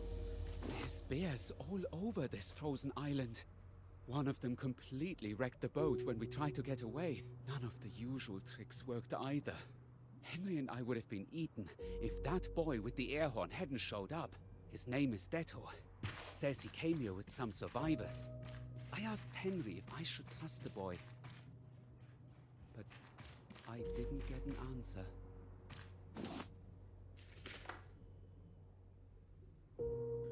Upstairs has another note with a picture of what I'm assuming is a fish, and the third floor has access to the observatory machine, as well as a picture note of a raft. Climbing up the ladder, I found a little mannequin of Henry, with a note next to him from The boat is Bruno. ready to go. Deto is ready with the air horn, and Ruben can at least walk. Henry is staying behind. It's bittersweet. He doesn't speak with me anymore, but I think it's safer for someone to stay behind. Deto says there's a place with lots of people. Ruben says Astrid might be there. She definitely isn't here in this cold place. It's nice talking to people. So here's what I'm thinking of the notes. There's 4 of them, each with their own constellations posted around the observatory. Going in order, we'd have the bird, the fish thing, the hook, and the boat. So I started with that and jumped onto the monitor. There's a safe nearby, so what I'm thinking is if I just take the number of stars at each symbol, I can throw that number into the safe in the order of the sticky notes. I figured this out when I looked at a picture of an anchor with 8 stars and the number 8 written on it, as well as the spear only having 2 stars and the number 2 written on it.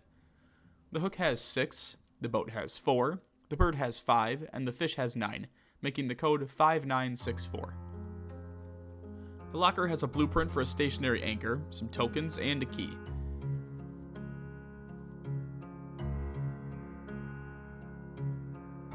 Around this time, I decided to head back to find my raft as I was out of water.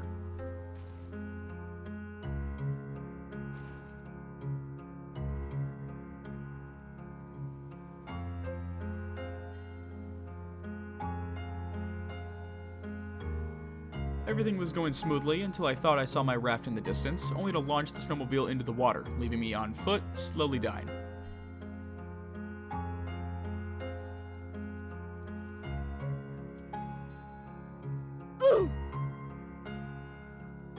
Respawning on the raft, I crafted some more items like a new bow, a new machete, another hook, some stone arrows, and another water bottle. After that, I made some more vegetable soup and set back out for the village again. I think all I have left to do now is head back to those igloos and finish up the power grid. And one thing I never realized was the paths that are out in the open for you to follow. Probably would have came in handy instead of just ripping the snowmobile out onto the ice like I was playing MX vs ATV on the PS2. The goal with the electrical cables is to connect them all together, forming a linear grid. As you restore power, some of the igloos open, allowing you to effectively raid their homes, which for some reason reminded me of those GTA 5 San Andreas side missions where you can break into people's homes and steal. I don't know why, but that's all I was thinking about during this. One of the igloos, what I'm assuming is the medical room, has another note from Bruno in it. That kid Detto is really smart. Using material we salvaged, he was able to fix up my boat. Ruben is recovering too, but he doesn't seem to want to talk to me a lot. Both of them stare whenever I talk to Henry. Henry doesn't like the way they look at us. I think I need to do something. The final building is larger than the others, being 2 stories. Inside, there's dozens of packages laying around that you can loot, as well as 2 vending machines where you can purchase island-specific items. Wanting a souvenir from my journey, I bought a picture of some random strangers that I can mount on my boat. The second floor has some more packages and tokens in it. On a nearby table, I found another blueprint and a blowtorch. I think that's all the items we can grab here, so now it's time to explore that weird facility by where I docked at. As fate would have it, I'm a sucker for coffee mugs, both in real life and in video games, so I bought 2 Temperance mugs as well before heading out. While heading to the facility, I found this underground entrance with Nova gas in it. There's some items in a chest in here, so I'm assuming we can access it somehow, but I'm not sure how to get through it all without dying. Running back in, it just looks like a giant loot room. Maybe I'll come back one more time at the end and just see how much I can grab before leaving for my next destination. I made a quick pit stop at the raft to drop off my loot so far, and then made my way back to the research facility, using the blowtorch I found in the igloos to melt away the gate keypad, which allowed me to use the key, giving me access to the facility.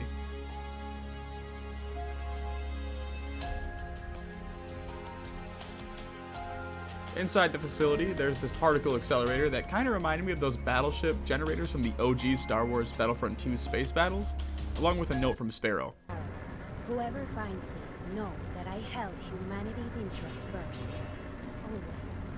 I was sent to Selene alongside 2 colleagues, one of which I discovered was a mole by the investors.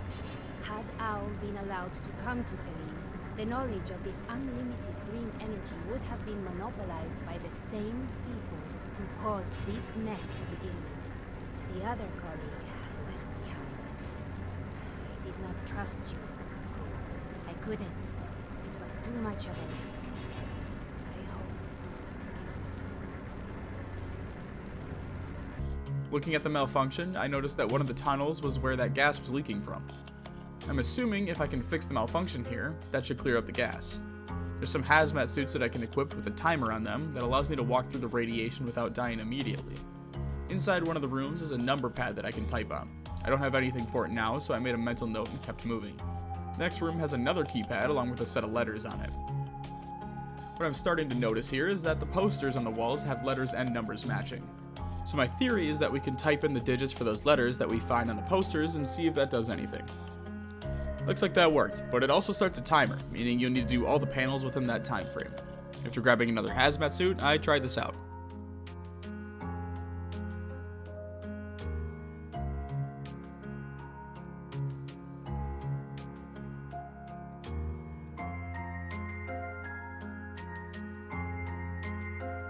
Entering the correct codes for the 3 terminals opens up the door, allowing us to head down to the next level. Looks like there's some mutant bugs inside that we'll need to kill, but they shouldn't be a problem if we go fast. Heading down, I found a valve that I could turn to open another door for me.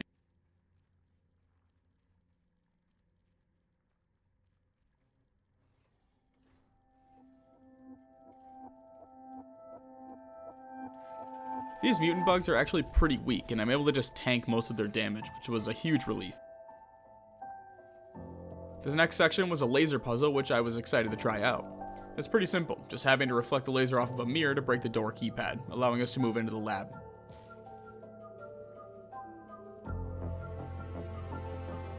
This is basically the same puzzle as before, just cranked up to 1,000. Now, being honest, this used all of my mental capacity to figure out, which is quite frankly a little embarrassing to say. So I'm going to let a lot of this play out sped up, because it's important to me that you know just how much I struggled to figure out this puzzle.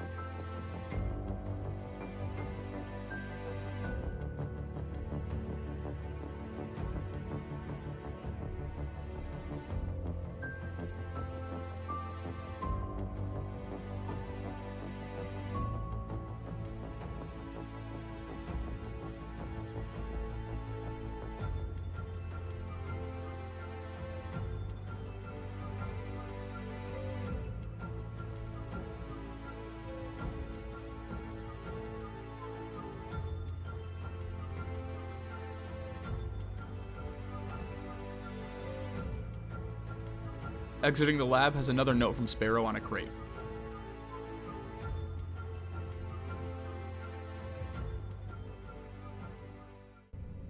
The Selene facility was built for one purpose: master and perfect the experimental reactors used to power the floating cities. No easy task, but it has been done, in theory. Yet, we do not have the people to construct anything but a basic prototype. It can be built for real, I know it. We just need more people. There's a place where the Rafters live in peace with any survivors of the old world. They call it Utopia. Maybe there we can begin to reverse the damage we've done. But we received a message from them yesterday. One of the investors has taken control of the community, Olaf Wilkstrom. I fear his intentions with this potential haven. This path leads us back to the reactor room, where I placed the control rods and tried to cool down the reactor.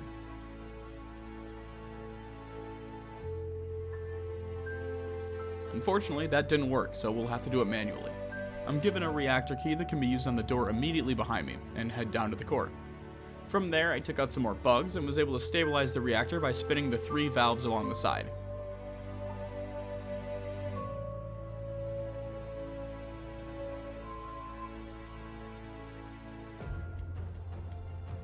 This opened an underground passage leading to what looked like a stasis chamber. Inside, I found a blueprint for an electric smelter and a note with coordinates from Utopia. There's also a man named Shogo, who was left in cryogenic stasis for an unknown amount of time.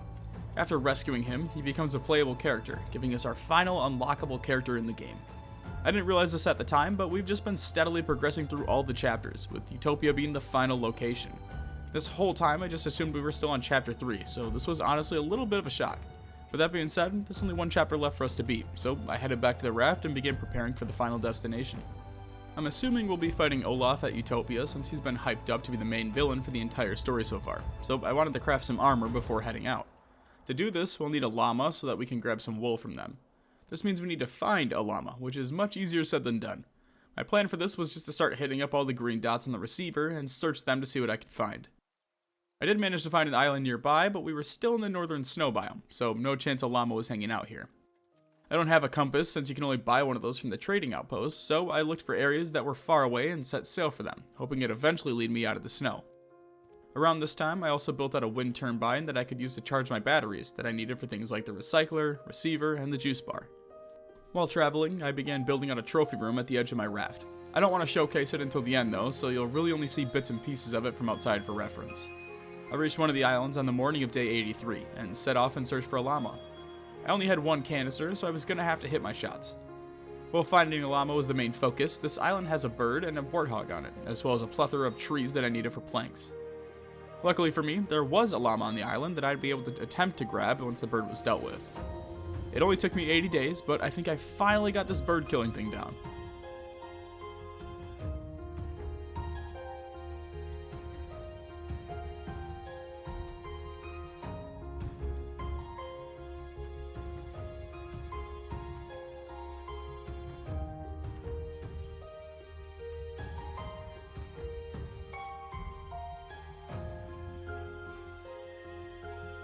With my focus on the llama, I basically just tried to get as close as possible to it since I've never shot this thing before and I only have one chance. With the llama captured, I brought it back to my raft and named him Carl, after Carl Weezer from Jimmy Neutron, avid llama enthusiast. This is my pet llama. I'm Larry the llama and I love you. Shh. Now all I need is some plots of grass to feed the llama, which should be easy enough.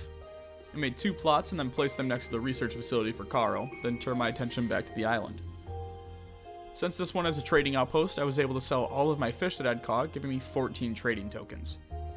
We'll come back to spend them at the end. For now, my focus was on clearing out the rest of the island. While looting, I found another llama, so if I could just find a pufferfish, we may be able to grab Carl Jr. The warthogs are incredibly easy to take down since you can just rapid fire the bow with them at close range with no penalty.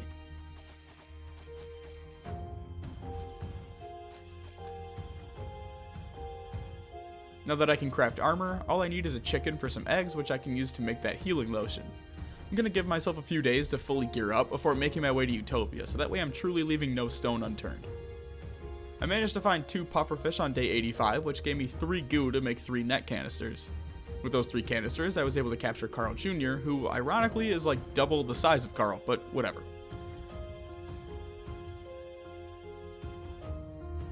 Moving back to the trading outpost, I purchased all of the recipes as well as the bait that was available. On day 86, I set out for another island. I spent most of the day fishing and burning through all of the bait that I purchased at the last island. By nightfall, I made it to my next location and spent all of day 87 looting it for anything of value, mainly metal and wood. Selling all of my fish unlocked access to tier 2 of the outpost, which has advanced fishing bait, metal and explosive goo, some blueprints, and some pretty cool cosmetics. I spent the rest of the day looting before changing focus to working on the trophy room. Again, I don't want to show any of it at this point, so let's just skip ahead. On the morning of day 90, I input the coordinates of Utopia into the receiver and set sail for the final island on our journey. This is the farthest distance we've had to travel to a location, and for once, I'm not complaining. I still need over 300 planks to finish up the trophy room, and on top of that, I have armor and weapons to craft. This is all to say that's basically what I spent the entirety of day 90 doing. I already have 2 machetes that I'll be taking with, so I went ahead and made 2 full sets of leather armor that I could use, along with a couple bows, 30 metal arrows, and 60 stone arrows. Outside of that, I spent my free time fishing to try to stockpile as much food as possible. Around evening on day 91, I realized I'd overshot my marker by almost 1,500 meters. Guess I was spending too much time building out the trophy room and not enough time actually paying attention. In the afternoon of day 92, we discovered Utopia, a city built between several skyscrapers. Gotta say, I almost wish Utopia and Tangaroa had flipped, with Utopia making up the domed city instead of this wreckage, but who knows, that's just first glance, maybe I'll still be wowed. Since it was already nearing sunset by the time I dropped anchor, I chose to wait until the next morning to fully explore the area. The first thing I noticed when setting foot on Utopia, there's hyenas. You know like those yippy things from The Lion King? Yeah, those.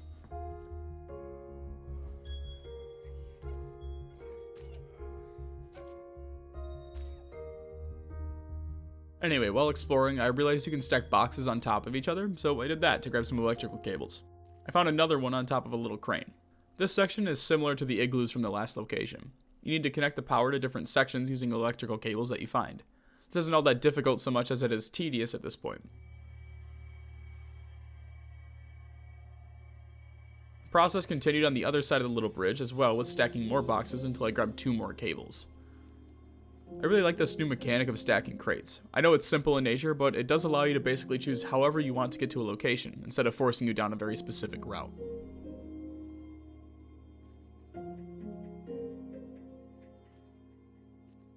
During the night, I found Dedo's house and a note outside next to a shovel and a map. Dedo's Utopia journal. Super secret. I have my own raft, and it's hooked up to actual wind turbines. If I had even more power, just imagine all the experiments I could run. But now that lunatic Olaf appeared, his cages are already unloaded, and now he's promising to help everyone with his army. Last I saw him, Olaf Wilkstrom ruined Caravan Town. I will never forgive him. I hope Han and Ruben listen to me. He's not to be trusted. Just in case, I've decided to up the security on my raft. This map should allow only the smartest of people to enter. Like me. The map has piles of dirt on it, which I'm assuming we're supposed to dig up, so I got to work.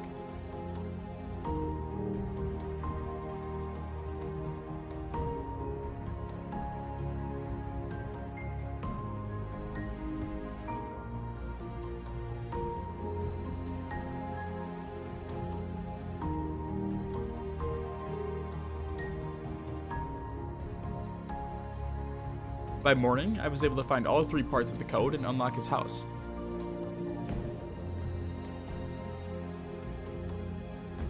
Inside the hut, there's a ton of junk lying around. At the end of it, there's a harpoon and a schematic for a big backpack. Now that we have that, we can turn our focus to figuring out the water pumps. It's one of those puzzles where the water needs to be guided through each of the tubes, but each of the valves has several sections that need to line up. I started from the outside and worked my way towards the center for these ones, but there's still a considerable amount of time to complete.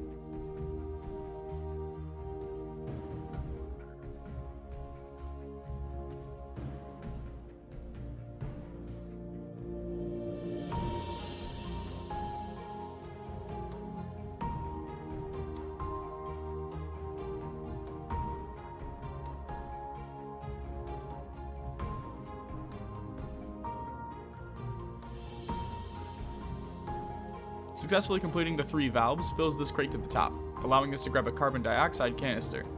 After walking around in circles for a while trying to figure out my next step, I decided to revisit Detto's hut. There's a tower that I didn't explore yet, and sure enough, after climbing to the rooftop, I'm able to use the harpoon and the carbon dioxide canister.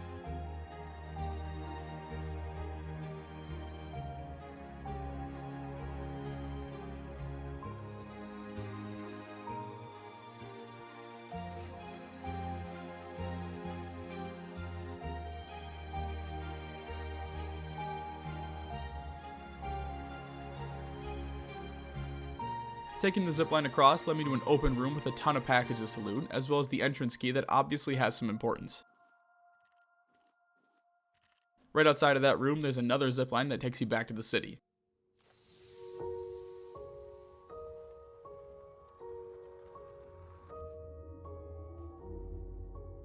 A little further down that path, I found a door that requires 2 entrance keys.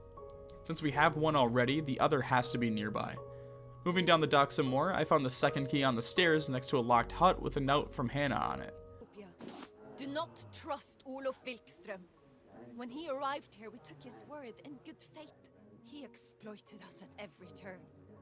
Now all of us, dissenters, are locked up, which is everyone by my count. To anyone reading this, Olof should be up in the marketplace. Beware of his rabid beasts. Please take the master key from him. Set us free. Set Utopia free.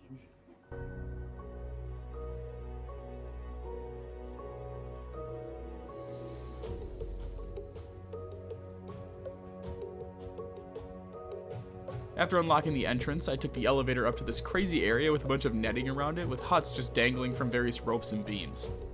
Up here, I found a door that needs a hammer to open, which is what I'm assuming is at the end of this long pathway. This whole section reminded me a ton of that show Wipeout. If you've seen the show, drop a like on the video because we're family now. Dom Toretto would be so proud of you.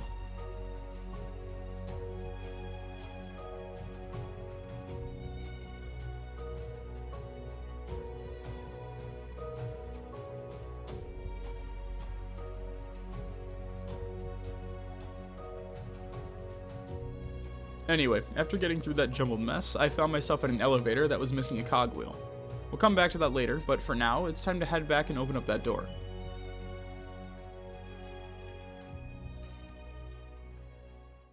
I will only say this once. Leave on your raft. Leave Utopia to me. Or else, the forward scouts end with you.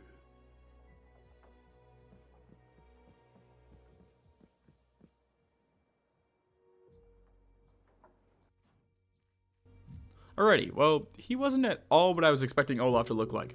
For some reason, I always pictured him as more of the Penguin from Batman. This puzzle took some getting used to. You can't climb anything while holding the cogwheels, so you have to stack the boxes in order to pick them up as you climb. I actually had to look up a guide for how to do this because I just couldn't figure it out. Seriously, I'm not sure how anyone got this on the first try. Like, looking back, it seems so simple, but at the time, I was recording this completely lost. After exiting the elevator, I used some crates to hop up to where Olaf was, which triggered the first section of the boss fight. During this phase, Olaf chucked bombs at me while I used the boxes to build a way up to him.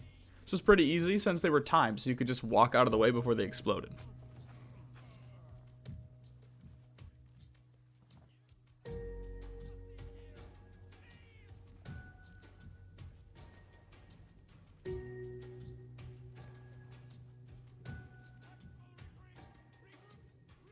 After climbing up, he fled, and I was able to grab a blueprint for an electric zipline tool, as well as a warehouse key. The warehouse key is used almost immediately, which brings you to the breeding ground for the hyenas.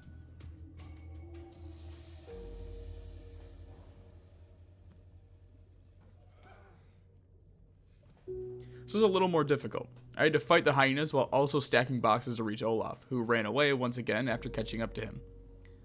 Finding him a third time, he spawns a toxic hyena thing named Alpha.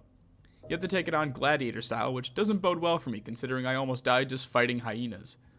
I didn't want to waste any of that healing paste here, so I sat for a while to let myself passively heal up before hopping in to take on the beast. Alpha as a boss is really fun to fight. Whenever you damage it, Alpha drops a poison ring in that spot, which damages you every time you walk on it.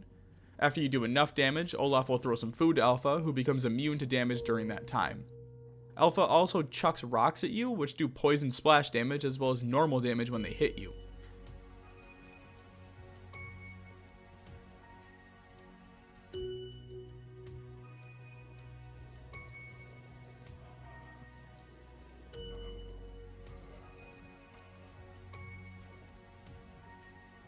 All things considered, I relied on the bow for the entire fight, and was able to take the hyena boss down without dying once.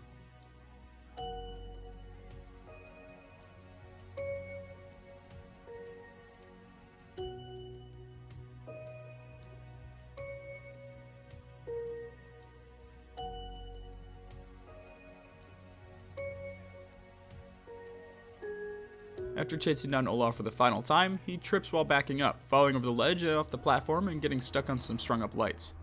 You can grab the master key from him as well as the final blueprint, titanium tools. From there, you essentially leave him to die as you descend to the bottom floor. You can use the master key on the locked up section and free Utopia, triggering this cutscene.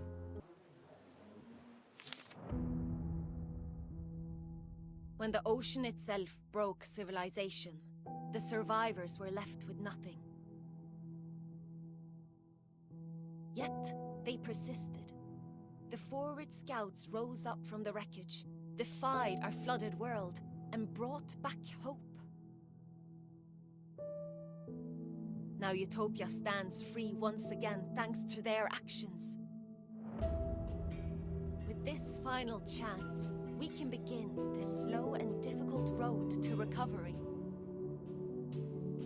From today on, we are all forward scouts, ready to discover the next step for humanity.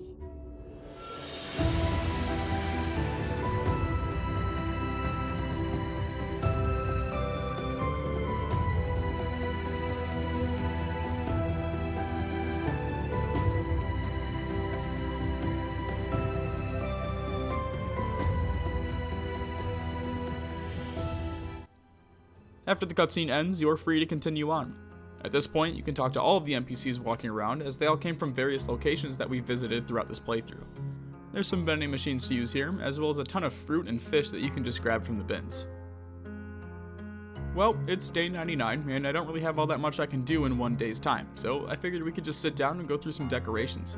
Over the past 99 days, I have saved most of the decorative packages I've come across, leaving me with 109 individual packages, and I figured today was as good as any to go through and see what I could get from them. For those of you that don't know, decorative packages are just extra cosmetic items that you can build for your ship. Things like motivational quotes, tables, bathtubs, curtains for windows, really just anything that would fall in the decoration category. I'm going to speed up until I stop unlocking stuff, and then we'll see everything we were able to research.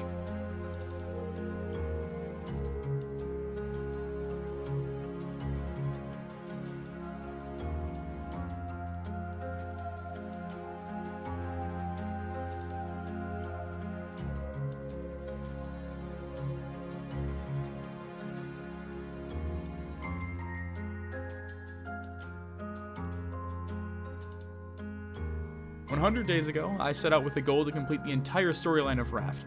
Having only ever made it to the yacht, this entire experience was nothing short of fantastic.